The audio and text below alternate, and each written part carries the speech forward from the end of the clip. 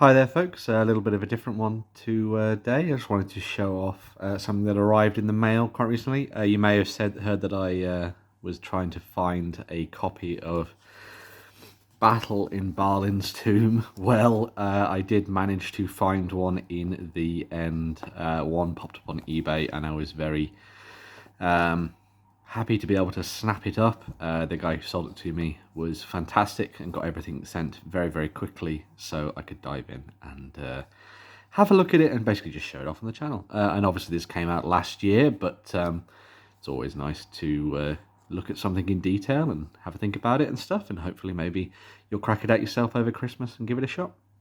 So Battle in Balin's Tomb was the sort of boxed game that came out last year to celebrate the sort of anniversary, the 20 years of the Fellowship of the Ring being released. In it, you got the plastic Fellowship models, so we have the likes of Boromir here, and Aragorn, and you've got Legolas.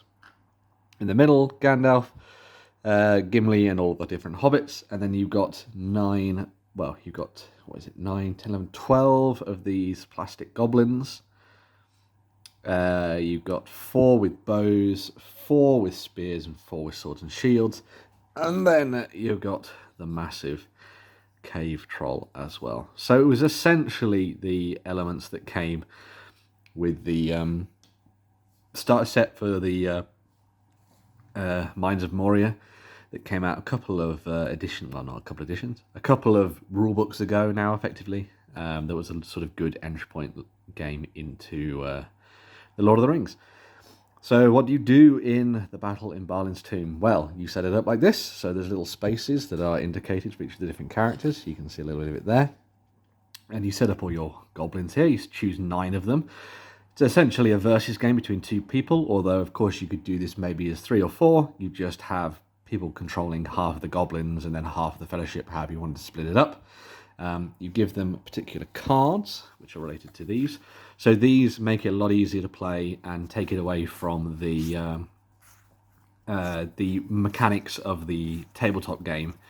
But there's a lot in here that's very quick and easy to get your head around and all that kind of good stuff. And here are the goblin ones as well. There you go. Very cool goblin cards. And there's the cave troll card. I'll put that to the side, I'll talk about it later. And the Fellowship has to last 12 turns, as you can see down here. They have to last 12 turns and get to the end of it and get out. If enough of them have survived, then they'll get a sort of major victory.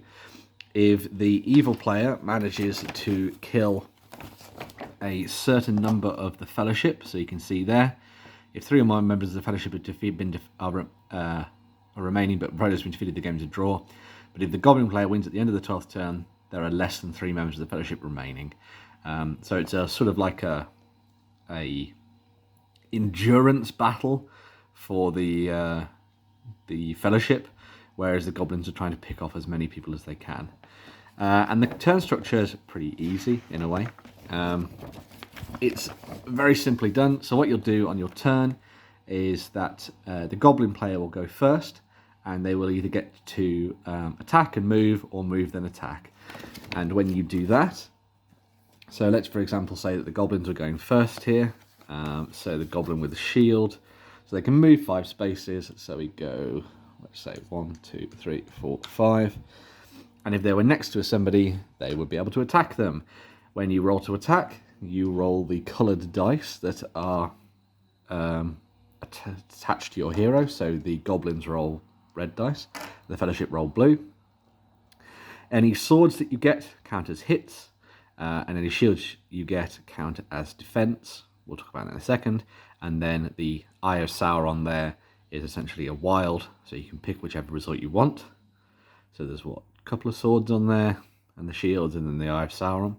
And then each type of troop or character will have a special ability. So in this case, Moria Goblins with shield may re-roll 1 dice when making a defense roll. So if you didn't get the shield, you could redo it and see if you got one.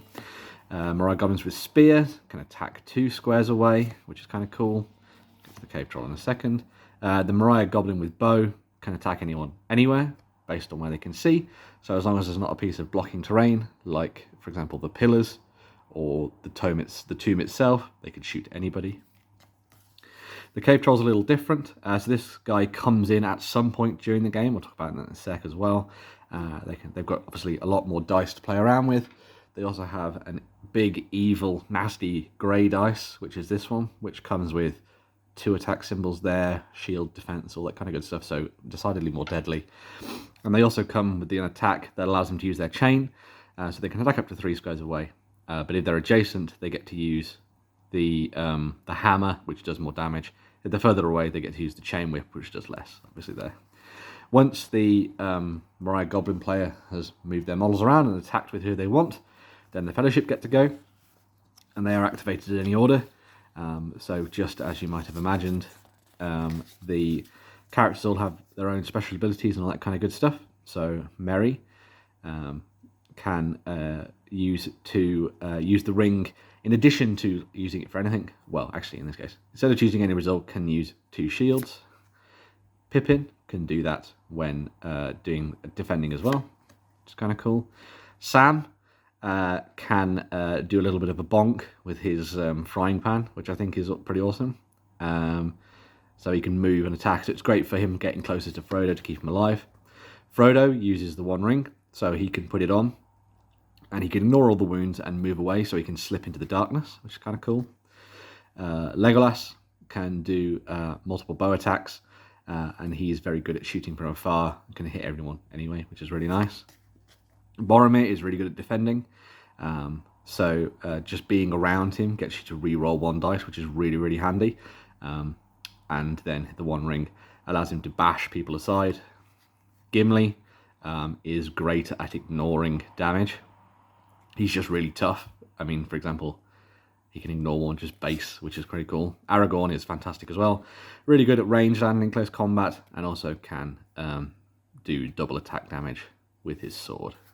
And then Gandalf can use his Sorcerer's Blast to move people around, but then he can also sort of attack, and then he can use the power of the One Ring, or the One Ring symbol anyway, to blast people as well, which I think is really cool. And he can move goblins around the tabletop, which is really nice. So yeah, each of the Fellowship has a set of special rules, which make them really fun to play and really easy to play.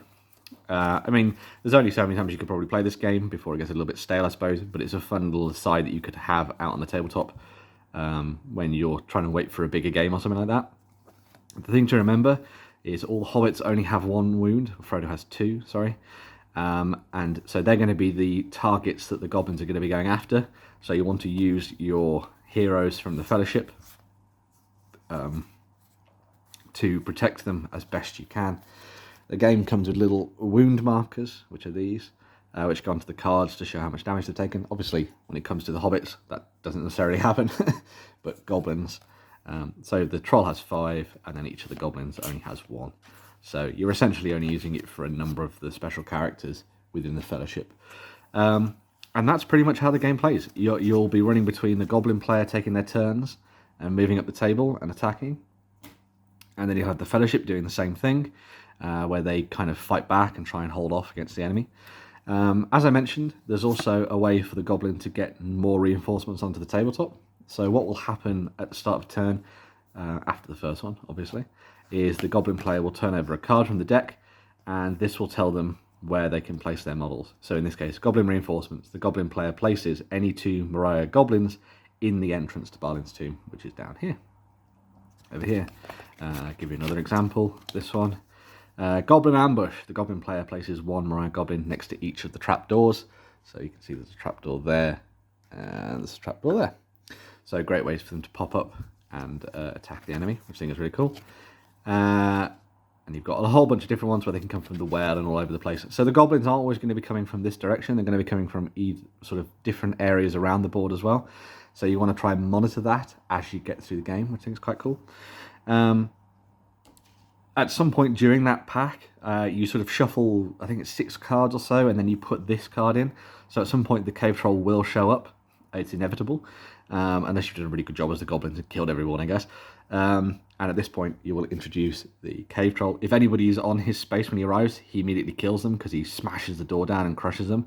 But then you have a massive cave troll that is going to be stepping into the action and causing all sorts of mischief for the Fellowship on the tabletop. And that is essentially it. It's a very quick and easy game for you to get your head around, very easy to understand. There's not a massive amount of stuff you have to worry about when it comes to complexity of rules and all that kind of thing. They've done a really good job of making it fun and quick and easy to play. I've played a game against myself already, and the Fellowship won, although that may have just been because the dice were in my favour, because some things did happen with the cave troll and stuff. Maybe I'll actually play out a game by myself on camera. I think that could be kind of fun to go into, but I thought it was just fun to dive in and have a think about, well, basically show off the game. And maybe if you have this in your collection, you'll think about bringing it out over the Christmas period and giving it a go yourself once again. I just wanted to... They have kind of gone into a little bit of detail about powers and abilities and how they're used, but it's all very self-explanatory, really. It's not a complicated game, as you can see. The rulebook's incredibly thin. But it's well thought out and well detailed. And obviously I need to paint all of these models because I never had the plastic Fellowship. I've got the original metal one. But this one will be fun to paint and get to the tabletop. There are also these neat challenges that get added in as well. So the Fellowship has a series of challenges and the Mariah Goblins have a series of challenges. And if you complete these, you could tick them off on the back of the book. Just to be like, hey, cool, I did this when I was playing the game. You also got a little insert that came in the back of the box as well, which is just your assembly guide, but nothing special there in particular. Just quite a nice little bit of cardboard with some nice artwork on it. As I said in my Two Towers video, I think little things like this are really fun for kind of energizing people when it comes to the Lord of the Rings and the Middle-earth strategy battle game. And hopefully they do something like this for the Return of the King to celebrate that and its 20 years, maybe based around Osgiliath or something like that. Would be really fun to see. Or, you know, maybe something about the Black Gate. That could be quite an interesting angle to go down as well. But yeah, that is Battle in Balin's Tomb. A really fun little game that is based around the Lord of the Rings. You can't get hold of it now from general retail. So if you're interested in picking up Battles of Balin's Tomb, either look on eBay. Don't pay hundreds of pounds for it, like some people are charging. Wait to see if someone does something a little bit more reasonable, like the guy that I managed to get this off, and go from there and see how it plays. I think it's really fun. Obviously, if you have access to the Fellowship and some Mariah Goblins, you could probably even just play one of these yourself using rules that you could find online. I'm sure there are some options for you to go and get these cards or something over on Board Game Geek and the like. But yeah, just a fun little game to dive into and have a bit of fun with. I was very excited about it, so I wanted to set it up and have a look at it and dive in. And yeah, I'm glad that I now have it in my collection, and I shall be painting up these goblins forthwith. Lots of dry brushing awaits to get the metallics down, but there we go. I'm going to move on. Hopefully everyone has a really nice time in the coming week. Watch out for a couple more videos. I've got an unboxing to do, which is all about the Battle of Osgiliath, which I did pick up. I ended up picking up, so I'm going to be going through that and giving you my thoughts on that. Like every other Middle-earth related YouTuber, wargamer on the internet over the last couple of weeks. But hopefully you'll be interested in my jolly little takes on that as well. But yeah, if you like what I do, make sure to comment down below. Tell me what you think. Have you played Battle in Balin's Tomb? Did you really enjoy it? Would you like to play it some more with your friends? Have you played it solo? Which side comes out on top more often than not? And yeah, if you fancy giving a little bit of extra money my way as well, there is also the Ko-fi link, which is linked down in the comments, where you can send a little bit of cash my way. And it'll go on cups of tea to keep me going while I do some hobby painting and all that kind of good stuff. But most importantly, you don't have to do that. The best thing that I get out of this channel is sitting down and talking with you guys in the comments and seeing what you like and your thoughts on different things. So please just dive into the comments, like, share, subscribe, do all that good stuff. Get it out to your friends. I think we've passed 1.3k at the moment by the time this video's come out, which is a number that I didn't think was ever going to pop up. I was surprised that we got to 1k, to be honest, but there we go. And hopefully we'll be on 1.5 and 2k in the near future. I might do another prize miniature giveaway for 1.5k. I think that could be really cool. I'll have a look through my collection and see if I've got some miniatures that I'd be willing to part with. But I will definitely do one for 2k. And thank you for the person who got in contact and actually gave me their address and stuff so I could send out the original prize of Saruman and Grima. But yeah, thank you once again, and let me know your thoughts on Balin's tomb down in the comments below. Have a great one. Bye.